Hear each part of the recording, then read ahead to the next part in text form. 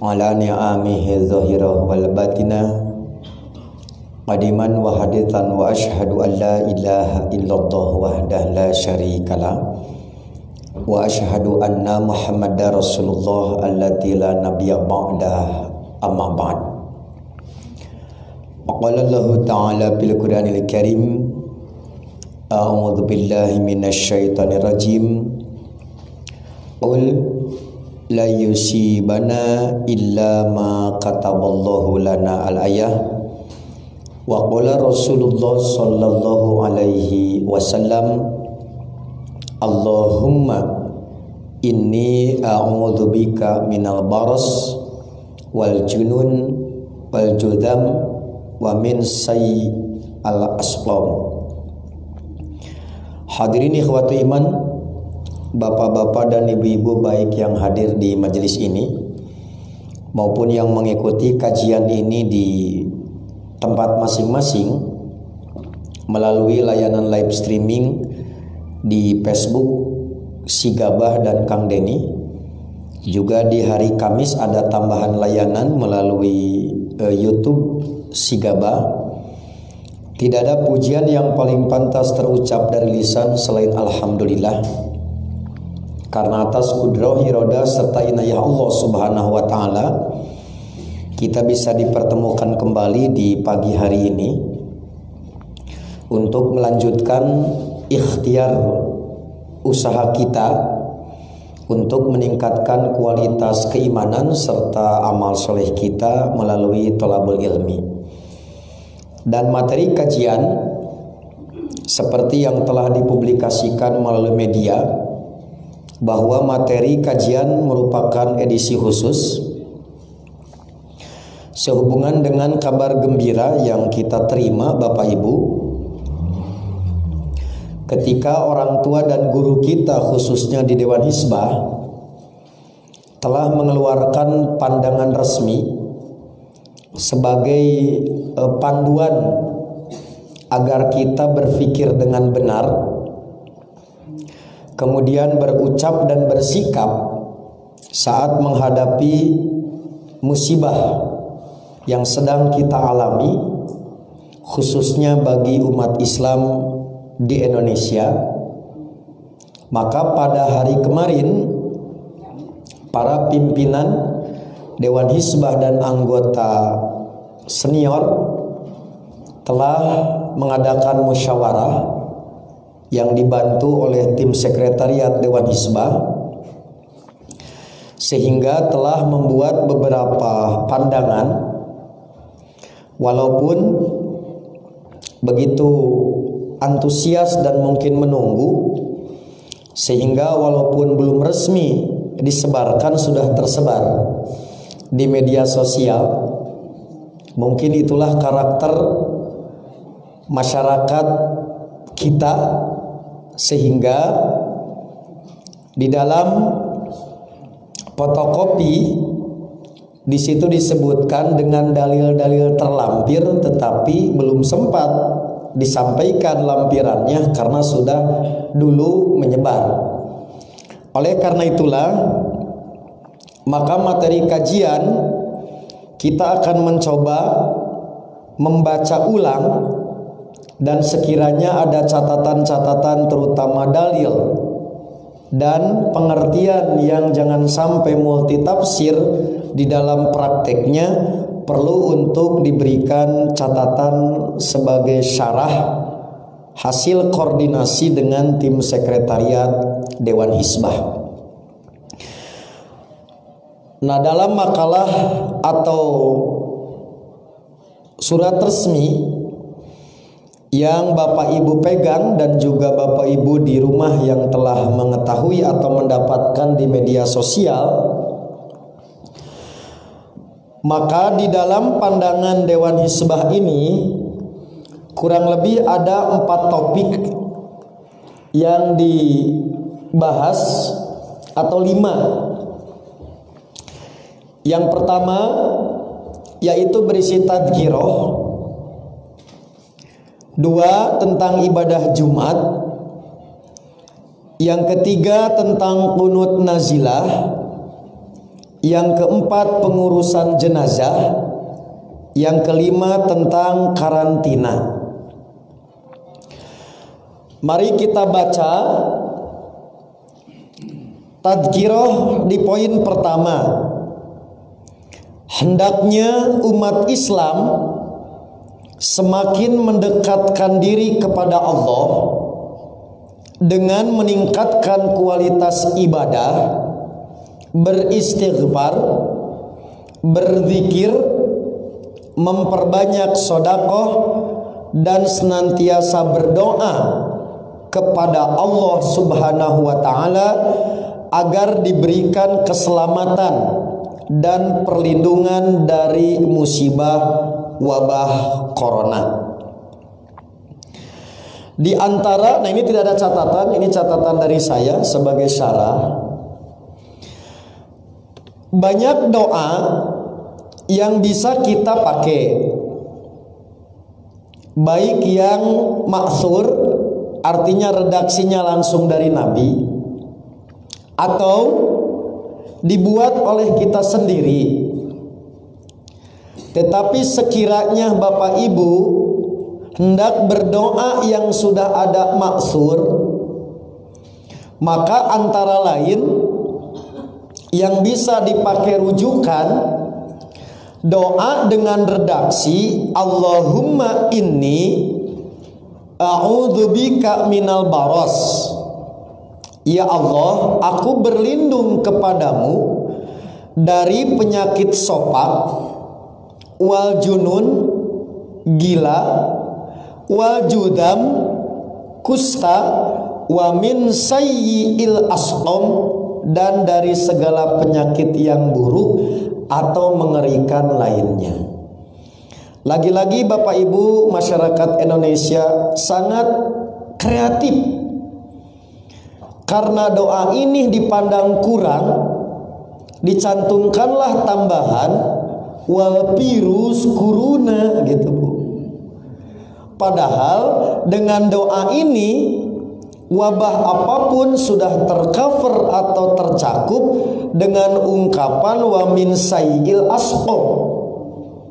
Maka tersebarlah doa ini tapi ada tambahan, yaitu wal virus corona gitu. Itu contoh Bu ya. Jadi sekiranya mau pakai yang sudah ada, maka pergunakan yang ada, jangan ditambah. Karena dengan menambah virus corona dianggap doa ini ada yang kurang. Itu contoh memperbanyak doa, menggunakan doa yang ma'zur, artinya ada riwayatnya atau dipergunakan oleh Nabi, diajarkan, maka contohnya seperti ini. Kemudian yang kedua, tadzkirah yang kedua, hendaknya umat Islam tidak mengambil tindakan yang menimbulkan kepanikan sehingga merugikan orang lain. Di sini Dewan Hizbah memberikan contoh tindakan yang dapat menimbulkan kepanikan, yaitu memborong dan menimbun bahan kebutuhan pokok. Ketika situasi normal pun tindakan ini terlarang, yang disebut dengan ihtikar. Ihtikar itu penimbunan agar terjadi kelangkaan atau naik harga. Apalagi dalam situasi yang genting sengaja dilakukan, itu contoh tidak mengambil tindakan yang menimbulkan kepanikan sehingga merugikan orang lain. Nah Bapak Ibu, termasuk di tindakan ini menyebarkan informasi yang tidak jelas sumber, tidak jelas, tidak akurat, disebarkanlah, maka semakin banyak informasi yang hilir mudik tak karu-karuan menimbulkan kepanikan yang lebih berat misalkan. Itu juga perlu untuk dilakukan secara bijaksana atau proporsional. Kemudian yang ketiga, hendaknya disadari oleh semua pihak, khususnya kaum muslimin, bahwa musibah ini adalah peringatan keras dari Allah. Nah, di antara dalil yang dipergunakan oleh Dewan Hizbah, Bapak Ibu, insya Allah nanti disusulkan secara tertulis. Misalkan Nabi mengingatkan kita bahwa wabah penyakit timbul karena perilaku manusia. Di antara dalilnya adalah sabda Nabi riwayat Ibnu Majah, lam tadharil fahisyah fi qaumin qattu hatta yu'linu biha.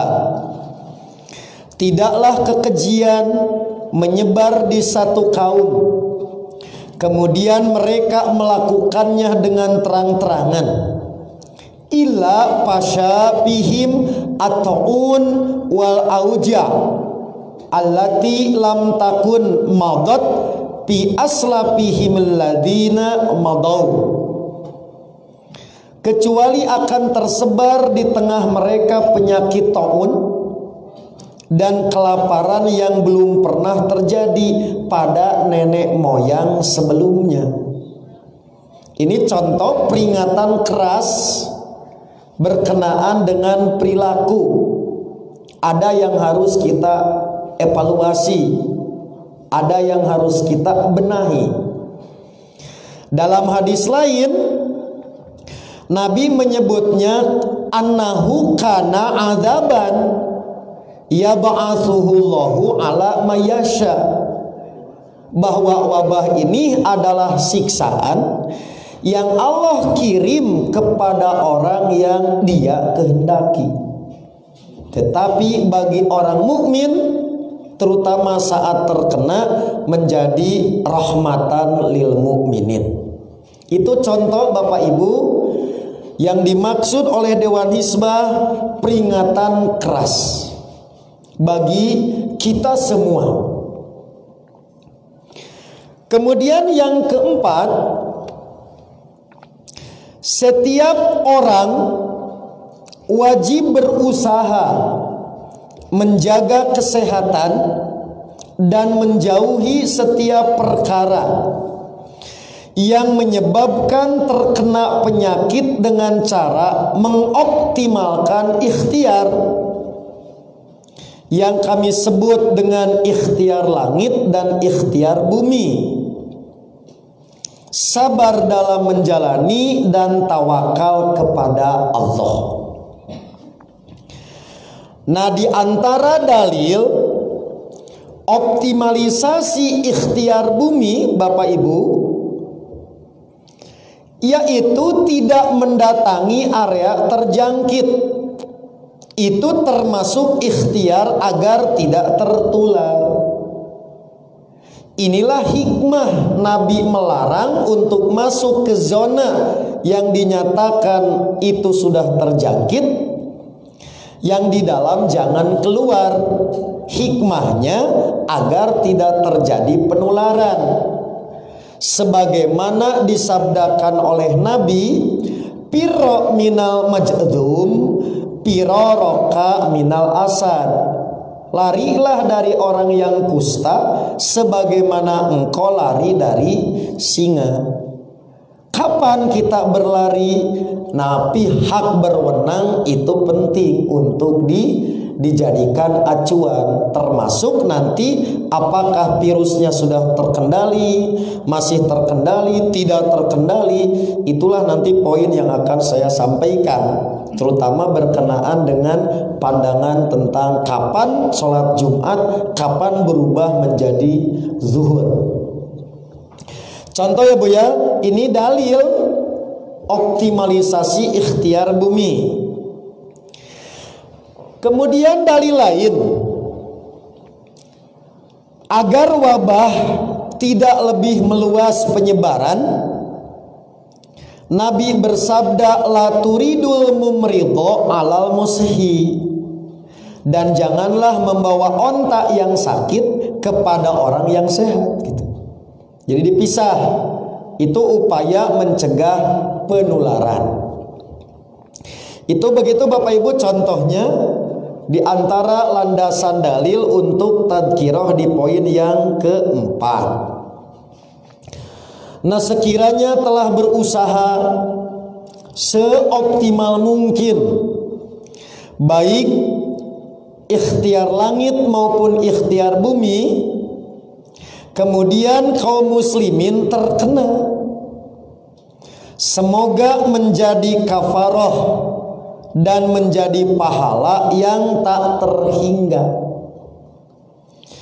Nah, maka di antara dalil bagi tadkirah poin terakhir ini contoh dalil ketika kita menghadapi situasi demikian, kita yang terinfeksi atau kita sehat tetapi di lingkungan yang menurut pihak berwenang kita dikarantina.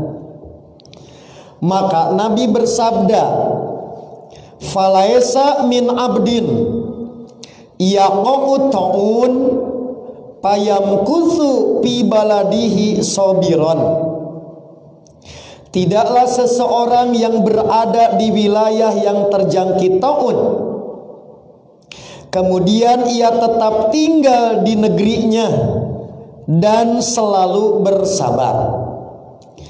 Ya'lamu annahu lan yusibahu illa ma kataballahu lahu. Ia mengetahui bahwa penyakit tersebut tidak akan menjangkitinya kecuali apa yang Allah tetapkan padanya. Maka bagi mukmin yang demikian, illa kana lahu mithlu ajri syahidi, dia mendapat pahala seperti orang yang mati syahid. Itulah Bapak Ibu poin yang pertama yang menjadi pertimbangan atau pandangan Dewan Hizbah, yaitu tadkirah ditempatkan di awal sebagai bahan perhatian perenungan bagi kita bersama. Sekarang mari lihat kepada topik yang kedua, yaitu berkenaan dengan ibadah Jumat. Walaupun ibu perempuan, tetapi juga penting mengetahui, karena boleh jadi ibu punya suami yang belum tahu, atau punya anak laki-laki atau cucu, juga punya tetangga, kerabat atau sahabat.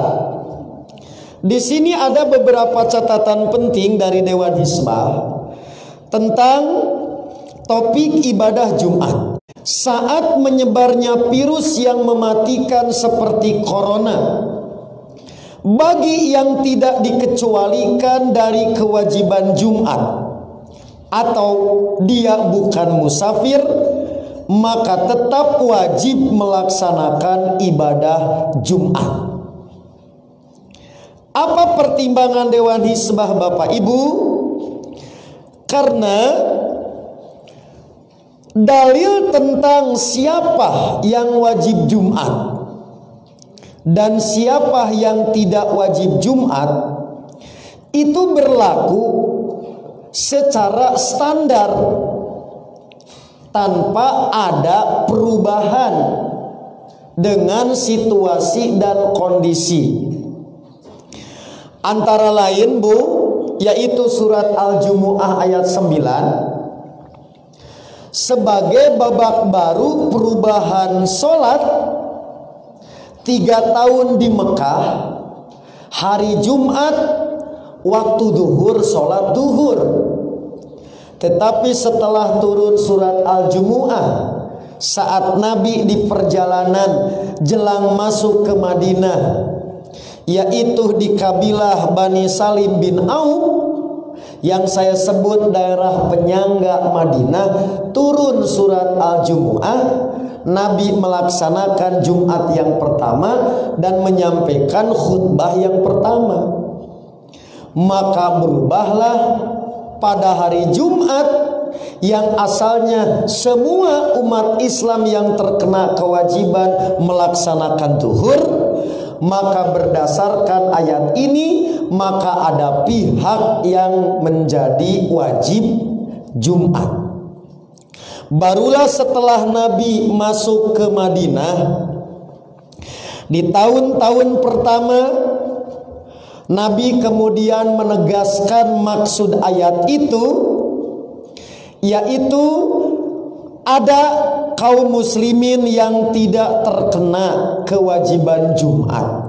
Disebutnya goer mukallaf atau tidak termasuk subjek hukum, yaitu al-jum'atu hakun wajibun ala kulli muslimin fi jama'atin.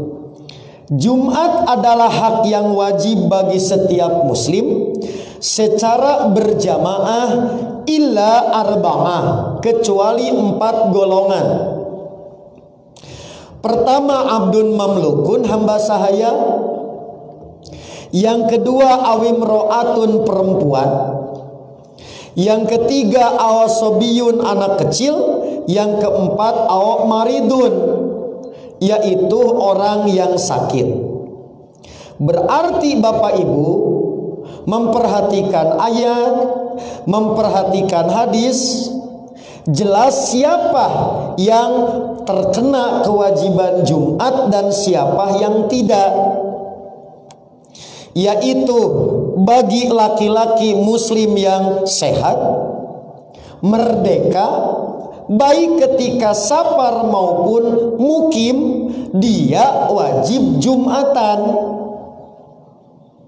Sementara bagi wanita, laki-laki yang sakit yang tidak dapat menghadiri Jumat dan hamba sahaya tidak dikenai kewajiban. Berarti bagi mereka berlaku hukum asal, yaitu wajib zuhur. Nah, Nabi tidak mengecualikan bagaimana kalau orang yang diduga akan sakit. Maka yang belum pasti tidak termasuk yang dikecualikan. Itulah bahasa marid, namanya udur personal yang pasti. Nah, jadi wabah apapun, bencana apapun, maka standar kewajiban Jumat itu harus dilakukan. Kemudian Dewan Hizbah memberikan catatan ada perubahan situasi. Pada saat situasi wabah corona yang tidak terkendali, pelaksanaan ibadah Jumat dapat dilaksanakan sesuai dengan situasi dan kondisi. Nah, di sini penting Bapak Ibu, bagaimana mengukur aman, terkendali dan tidak terkendalinya sebuah wabah. Maka kalau yang tadi Bapak Ibu membicarakan dalil-dalil syar'i, maka untuk perubahan hukum di sini dibutuhkan fakta syar'i. Jadi fakta syar'i itu peristiwa yang dapat dijadikan acuan adanya pemberlakuan hukum. Maka itulah yang sering saya sampaikan kepada Bapak Ibu, menetapkan perubahan hukum karena faktor eksternal itu tidak bisa sekedar kabar, tidak bisa sekedar opini, tidak bisa sekedar asumsi, apalagi bersumber dari yang tidak jelas. Maka di sini ada beberapa yang perlu saya sampaikan. Contoh Bu ya, contoh. Aman, terkendali, virus tidak terkendali. Siapa yang harus menentukan? Apakah DKM atau individu?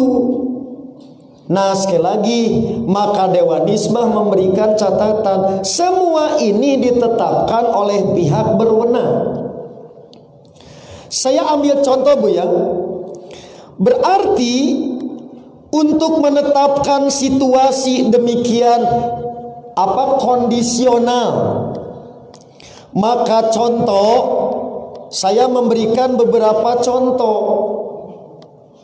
Misalkan di sini saya sebutkan pentingnya kerjasama dengan pihak berwenang, misalnya pemerintahan, khususnya dinas kesehatan, untuk akurasi info perkembangan di satu daerah.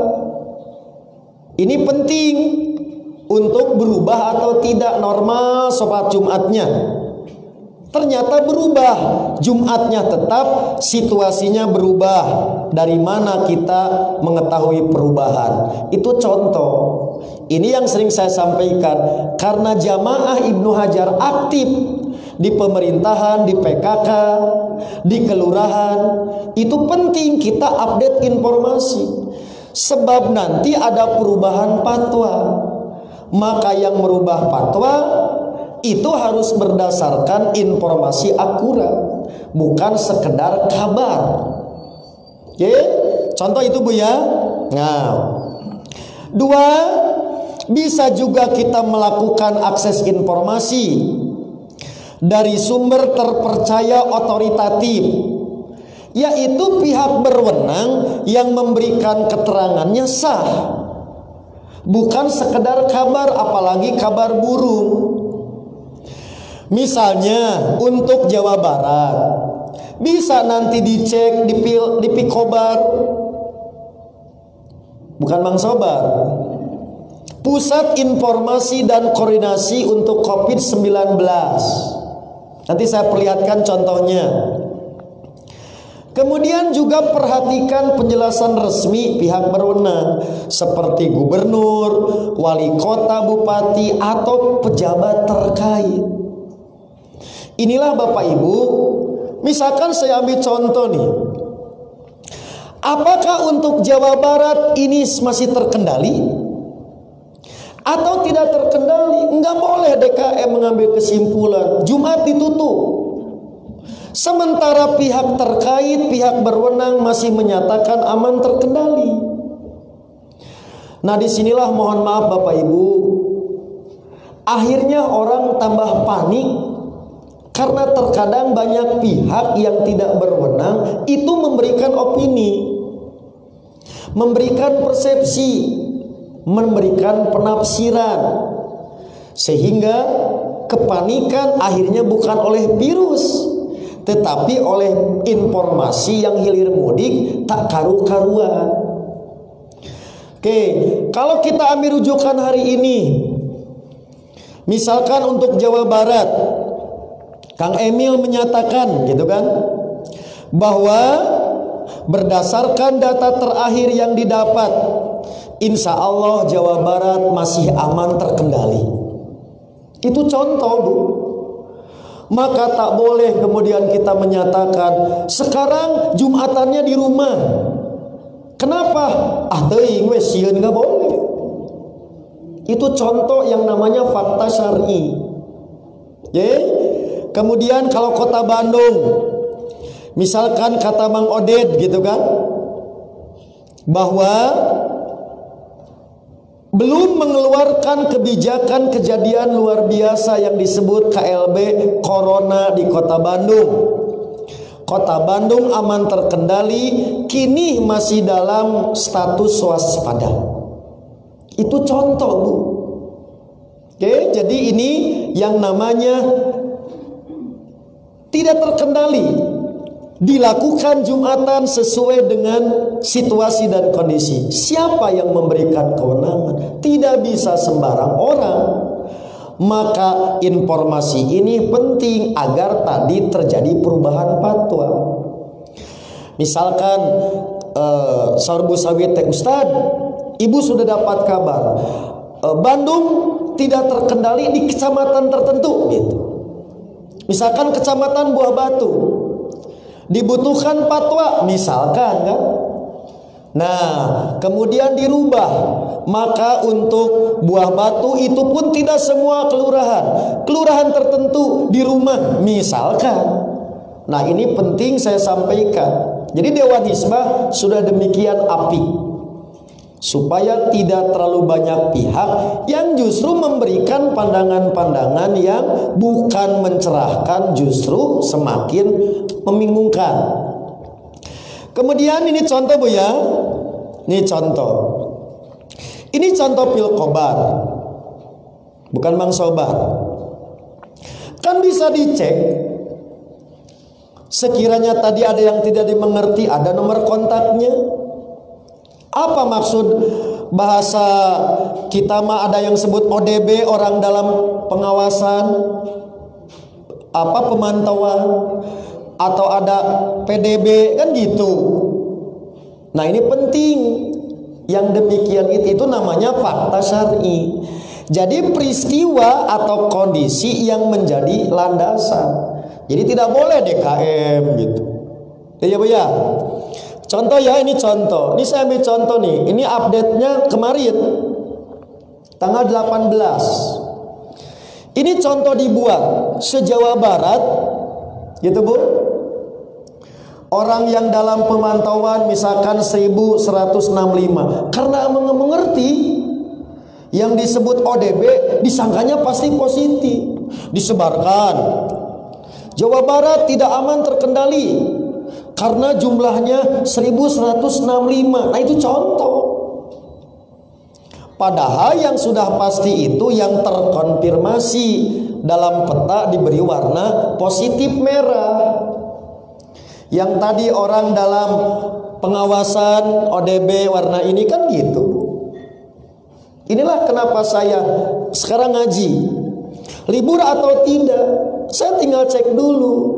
Saya ngaji di daerah mana, lihat situasinya, tanya pejabat terkait, kepada panitia tanya aman atau tidak, gitu Pak. Pukul rata KB jadi ulah. Coba itu. Ini luar biasa. Jadi Dewan Hizbah sudah demikian apik memberikan panduan-panduan kita. Oke Bu ya, tambahan lagi Bu ya. Ini edisi spesial sampai jam 9 ngajinya. Contoh ya Bu ya. Jadi sekali lagi, kapan menentukan aman terkendali? Maka ahli fatwa memberikan alternatif bila terjadi perubahan. Tapi siapa yang menetapkannya, maka pihak berwenang menjadi rujukan. Inilah yang dimaksud dalam kaidah taghayyurul ahkam bi taghayyuril azminah wal amkinah wal bi'ah.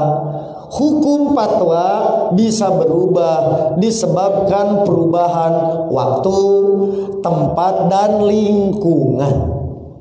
Oke, jadi masih berlaku hukum wajib Jumat, tetapi caranya berubah karena sikon, situasi, kondisi. Nah Bapak Ibu, saya ambil contoh Bu ya. Beberapa contoh sikap tidak proporsional yang tidak boleh dijadikan acuan, menyebutkan bahwa Jumatan tidak boleh di masjid atau bahkan jadi wajib duhur. Ini contoh. Contoh sikap tidak proporsional. Menetapkan aman terkendali dan tidak terkendali itu atas penafsiran sendiri. Dengan semata-mata melihat jumlah orang terpapar di seluruh dunia, atau di Indonesia atau di satu provinsi. Karena di Indonesia sudah berapa Bu? Halo?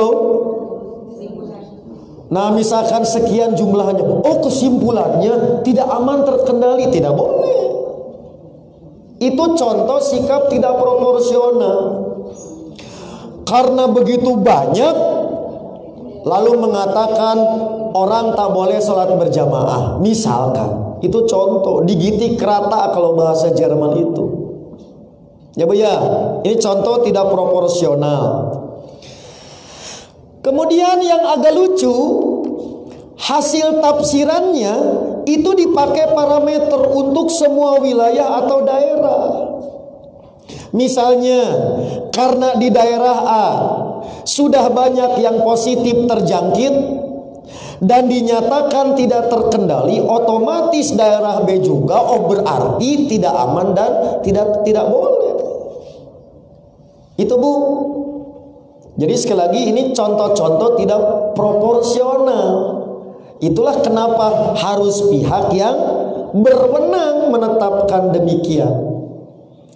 Makanya jangan sampai dinyatakan bahwa di sana sudah lockdown, kenapa Indonesia belum? Boleh jadi parameternya berbeda gitu Bu. Karena sekiranya kalau tergesa-gesa juga diambil tadi lockdown, boleh jadi dampaknya boleh jadi merugikan, belum tentu cocok gitu Bu. Itu contoh. Oke Bu ya. Jadi semakin sedikit orang yang berkomentar secara proporsional, tampaknya akan semakin mudah minimal menimbulkan ketentraman. Nah ini tidak boleh yang demikian dipakai rujukan untuk merubah keadaan. Wajib kene sholat Jumatnya tapi tidak di masjid, nggak boleh dasarnya ini. Gitu Bu. Contoh sekarang bab fatwa, ini bab data dan informasi. Sekarang contoh yang tidak boleh dipakai rujukan perubahan hukum. Contoh ini, fatwa ulama di negara A, misalnya terlarang sholat Jumat dan sholat berjamaah di masjid dengan pertimbangan potensi penularannya tinggi atau sangat tinggi, berdasarkan ketetapan pihak yang berwenang di negara itu. Misalkan negara Kuwait, misalkan Mesir, lalu dipakai untuk Indonesia. Bukan fatwanya yang salah, tetapi tidak proporsional cara menempatkan. Kenapa? Karena parameternya belum tentu sama. Di sana sudah tidak terkendali, di kita masih terkendali. Itu contoh tidak proporsional. Fatwanya benar tapi menempatkannya. Terakhir, contoh yang tidak bisa jadi rujukan, yaitu melarang sholat Jumat dan sholat berjamaah dengan kaidah darul mafasid muqaddamun ala jalbil masolih. Menolak bahaya lebih didahulukan daripada mengambil manfaat, tanpa parameter, tanpa ukuran yang jelas. Apa Bu yang disebut mafasid dan manfaat dalam konteks penyebaran COVID-19? Sementara di dalam syariat yang namanya maslahat, yang namanya mafsadat itu harus bersifat pasti dan terukur. Tidak boleh asumsi, dugaan, apalagi opini. Kita Bu, kalau sekarang kita Jumatan di masjid, sudah pasti kita akan dampak terkena. Karena yang hadir di masjid tidak tahu ada yang tertular. Maka berdasarkan kaidah ini, maka kemudian kita lebih baik menghindar mafsadat daripada mendapat manfaat pelaksanaan Jumat.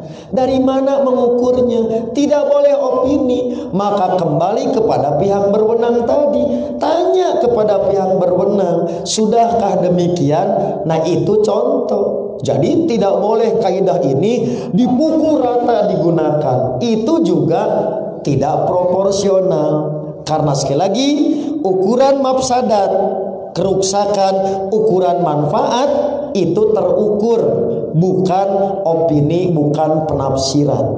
Dalam konteks ini, maka sekali lagi penting saya ingatkan, DKM suatu masjid menutup kegiatan salat Jumat dan berjamaah tanpa jelas parameternya, atau hanya semata-mata kekhawatiran, padahal pihak berwenang misalkan tidak melarang.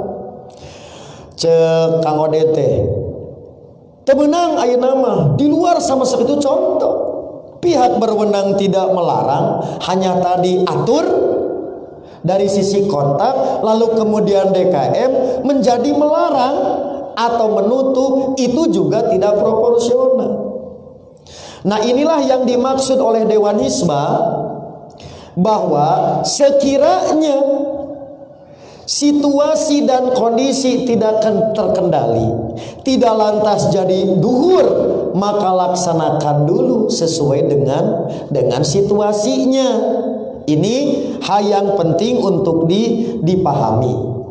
Kemudian poin 3, setelah tadi A, B, kemudian pihak berwenang menyatakan aman atau tidak aman terkendali, maka Dewan Hizbah menyatakan apabila segala upaya sudah ditempuh untuk melaksanakan ibadah Jumat, namun tidak terpenuhi syarat dan rukunnya, maka laksanakan sholat duhur. Ini mumpung Ustadz Imam live streaming nonton, ada pertanyaan, Ustadz yang dimaksud dengan syarat rukun itu seperti apa? Contoh Bu, kita ambil syarat yang disepakati. Yang tidak disepakati itu ada yang menyebut harus di masjid jami, harus 40 orang. Ini fikih persis fleksibel, dalam situasi ini lebih tepat dipakai solusi. Gini Bu, contoh.